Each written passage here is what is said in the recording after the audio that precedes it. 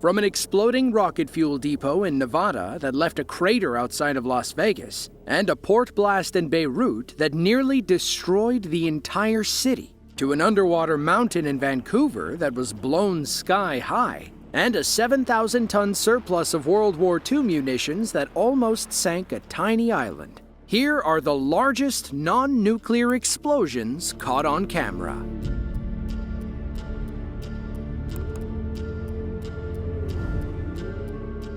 We love watching things go boom.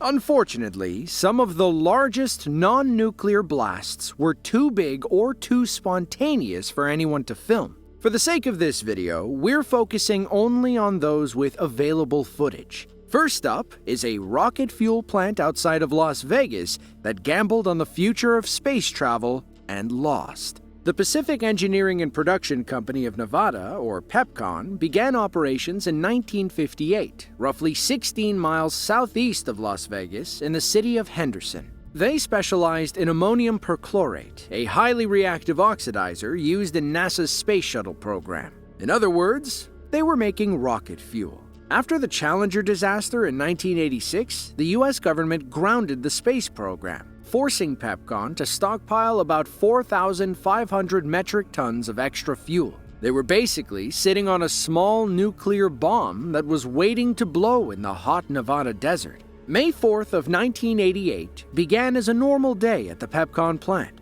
According to the Clark County Fire Department, sparks from a welder's torch ignited a nearby barrel of ammonium perchlorate around 11:30 that morning. Unfortunately, there were no fire suppression systems in place where these extra barrels were being stored, as the Pepcon facility wasn't large enough to safely house over 6 million pounds of rocket fuel. Workers battled the blaze with hoses, but that was like fighting a volcano with a squirt gun. Everyone evacuated except Roy Westerfield, the Pepcon plant controller who stayed behind to call 911. Sadly, that decision meant that he'd likely go down with the ship. Meanwhile, a cameraman perched atop the nearby Black Mountain saw the fire and began recording. This is what happens when 1,000 barrels of rocket fuel detonate at once. That whole... Oh! Ooh, that's gonna be loud. Boy, that destroyed everything. That'll get... That did the marshmallow effect a little bit.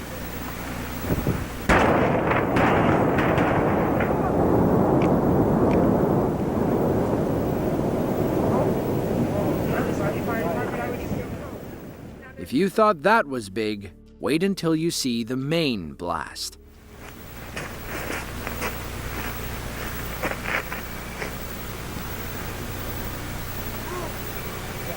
Wow! Those son of a bitches are loud!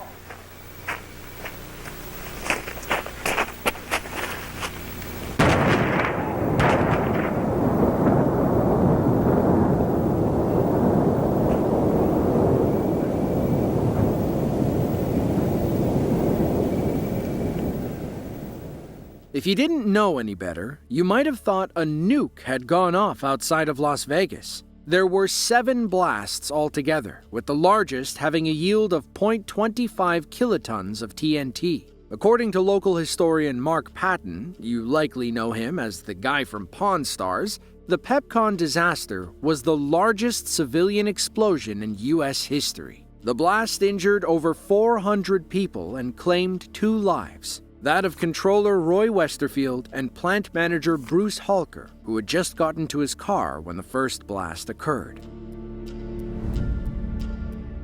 August 12th of 2015, Tanjin, China. Nobody knows it, but the Ruihai International Logistics Company is sitting on over 1,000 tons of illegally stored chemicals. Their warehouses are situated near the port of Tanjin, one of the world's busiest trade hubs, with an annual throughput of 480 million tons. In 2011, Ruihai was established to ship hazardous chemicals more quickly and efficiently than its state-run rivals. But money got in the way of safety when upper management began bribing officials to allow the company to sidestep regulations. What could possibly go wrong? On the night of the 12th, firefighters responded to a fire in the Ruihai warehouse yard, unaware of the deadly chemicals being stored on site. And since most corrupt business owners don't keep detailed records of their illegal dealings, the firefighters didn't know what they were fighting until it was too late. 哎呦我操！我日他妈！哎呦！我去！我操！ That blast was followed by another about 33 seconds later. 哎呦！我操！他妈大了水槽子！哎呦！我操！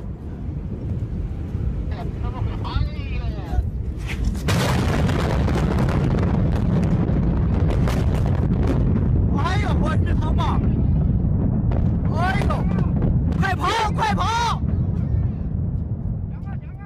The blasts combined to blow the doors and windows off of 17,000 homes and buildings in the area. They claimed the lives of over 100 firefighters and 70 civilians. The second blast you saw was the largest to occur that night. It registered as a 2.9 magnitude earthquake with a blast yield equivalent to nearly 22 tons of TNT. In the aftermath, Ruihai Logistics chairman Yu Shuiwei was fined over $100,000 and jailed alongside 48 other staff members and government officials. The Tanjin explosion caused roughly $1 billion in economic losses and ranks among the deadliest industrial disasters in Chinese history.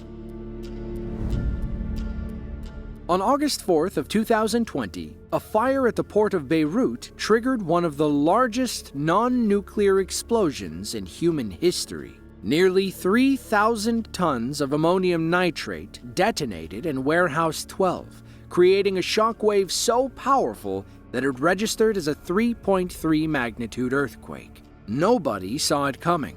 Nobody was prepared, and nobody knew the disaster that had been 7 years in the making. Let's rewind to September 27th of 2013, when a Moldovan-flagged cargo ship, the MV Rosas, set sail from Batumi, Georgia, en route to Mozambique. The Rosas was carrying 2,750 tons of ammonium nitrate, a key ingredient in explosive mixtures used in mining, quarrying, and construction. After spending 4 weeks in Athens, the Rosas continued its journey through the Mediterranean until a technical issue forced it to dock in Beirut, Lebanon.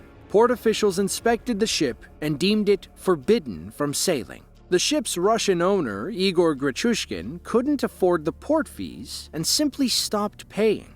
Beirut impounded the Rosas and unloaded the explosive cargo. The ammonium nitrate was stored in Warehouse 12, where it would await auction or proper disposal. Now, over the next 6 years, several letters from Lebanese customs officials regarding the dangers of storing explosive chemicals were largely ignored. At one point, someone had the bright idea to store fireworks in the same warehouse as the ammonium nitrate. Around 5:55 p.m., a fire broke out in Warehouse 12. 9 firefighters and a paramedic were deployed, but failed to control the blaze. An initial explosion of fireworks at 6:07 sent a plume of smoke into the sky above Beirut. Then, 30 seconds later, nearly 3,000 tons of ammonium nitrate detonated, blowing the port of Beirut to smithereens. The blast wave collapsed several buildings in the Lebanese capital.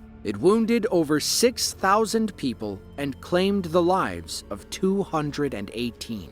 Ammonium nitrate isn't as powerful as TNT on a per-mass basis. In fact, it's about 50% weaker. That's why several studies have estimated the Beirut blast yield to be between 0.5 and 1.1 kilotons of TNT, which was big enough to leave behind a 140-meter-wide crater. As of 2025, the Beirut blast leaves us with more questions than answers. Nobody has ever been arrested or held accountable.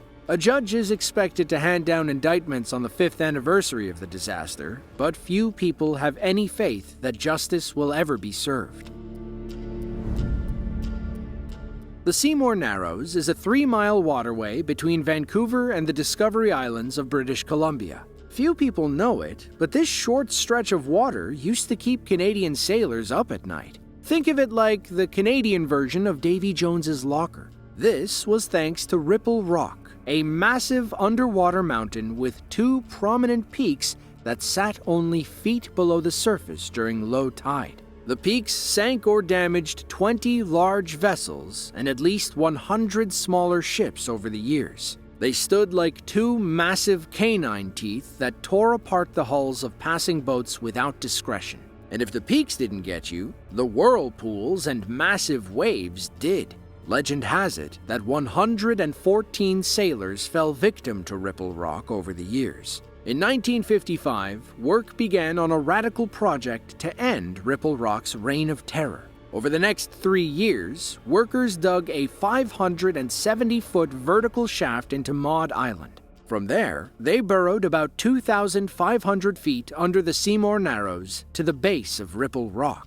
They dug 2 branching tunnels that extended about 300 feet vertically into the mountain. Finally, a series of coyote tunnels were dug, in which 1,400 tons of high explosives were packed. Everything was primed and ready on April 5th of 1958. The menace of Seymour Narrows was about to meet its maker. The detonation of Ripple Rock was the world's largest non-nuclear blast at the time. It displaced approximately 635,000 metric tons of rock and water, sending debris flying over 300 meters in every direction. The blast increased the low tide clearing over Ripple Rock to about 14 meters, or roughly 45 feet at its shallowest point. Since the blast, there has never been another accident in the Seymour Narrows attributed to the peaks of Ripple Rock. While navigation is still tricky at times, boat captains can sleep easy knowing those legendary teeth won't be biting into their hulls. July 17th of 1944. The United States is deep in the throes of World War II. At the Port Chicago Naval Magazine in Contra Costa, California, segregated groups of African-American men worked around the clock loading munitions onto ships for transport across the Pacific Ocean.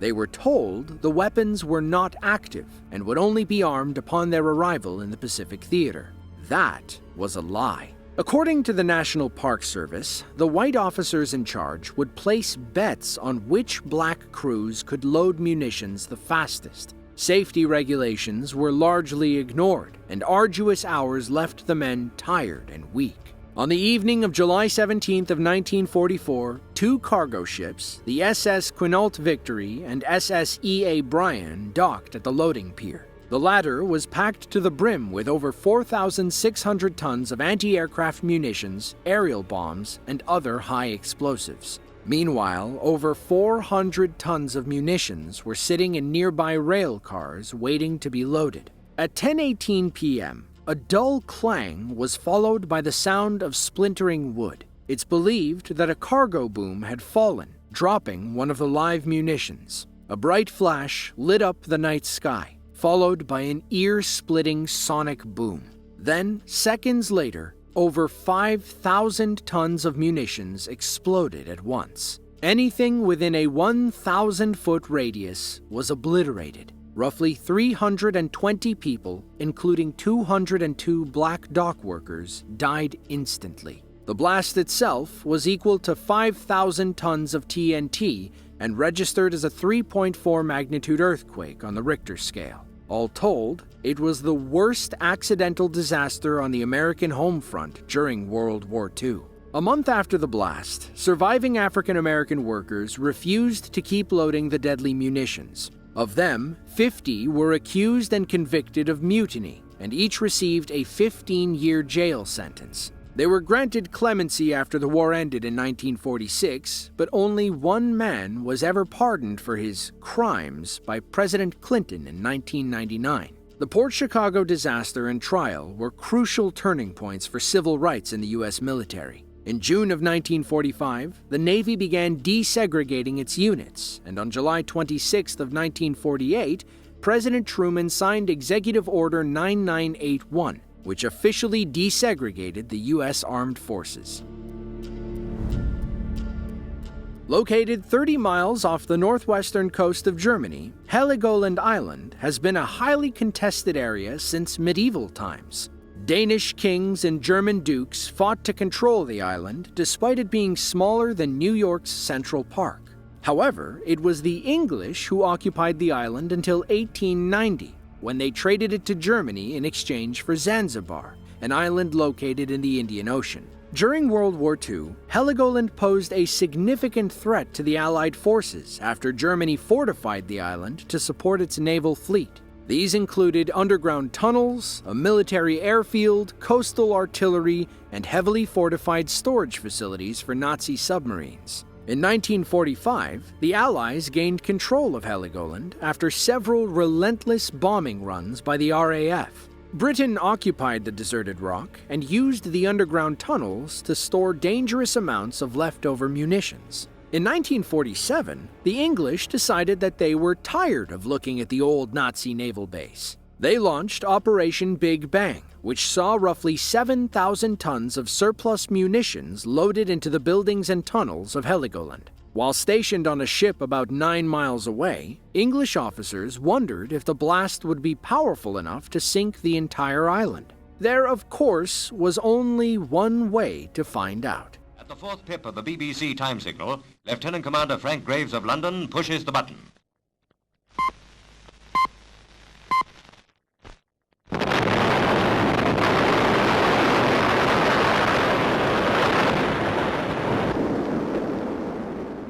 According to National Geographic, the blast was equivalent to 3.2 kilotons of TNT. When the smoke cleared, the only building left standing was a German anti-aircraft tower. All of the underground tunnels and other military buildings were reduced to rubble and dust. In 1952, the British returned control of Helgoland to Germany. People were allowed to repopulate and rebuild, and as of 2025, the island has become a popular vacation spot, enjoying tax-exempt status as part of Germany and the EU. Between 1945 and the Test Ban Treaty of 1996, over 2,000 nuclear bomb tests were carried out around the world. Most of them came between the 1950s and early 1960s. Then, in 1963, a partial test ban treaty barred nuclear testing in the atmosphere, underwater, or in space. As a workaround, the U.S. Department of Defense began running high-explosive tests with TNT meant to simulate the effects of a small nuclear weapon. In 1981, the U.S. launched Operation Misty Castle, a series of large-scale high-explosive tests scheduled to take place over the next decade. The third event in the series, Operation Minor Scale, was the largest nuclear simulation test ever conducted. The plan was simple: rig about 4,800 tons of high explosives and see how big a boom it makes. Construction crews worked tirelessly building a dome-shaped structure to house the explosive stockpile, along with dummy buildings to test the damage. The explosive compound in question was ANFO, or ammonium nitrate fuel oil. Back then, 500 tons of pure TNT cost about $1 million. ANFO was significantly cheaper and thus more reasonable to use during experiments. All that ANFO was loaded into the dome and rigged to blow on June 27th of 1985. Let's just say they were pleased with the results.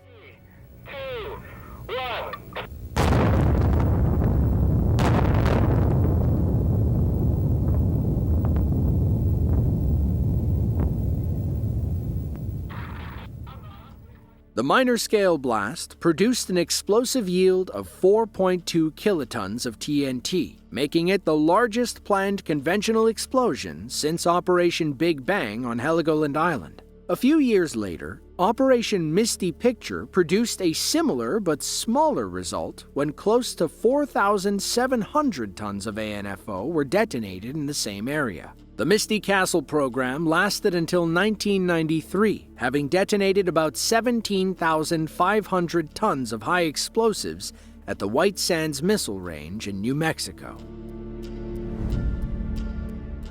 It was early 1969.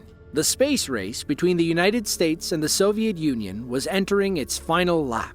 American astronauts had just returned from a groundbreaking flight around the moon and were preparing for 2 more practice missions before the final lunar landing. Meanwhile, the Soviets were making a desperate effort to catch up. They'd been developing the N-1 rocket in secret as a counterpunch to the American Saturn V. It was so large that it required 165 railway cars just to deliver the parts to the launch site in 1967.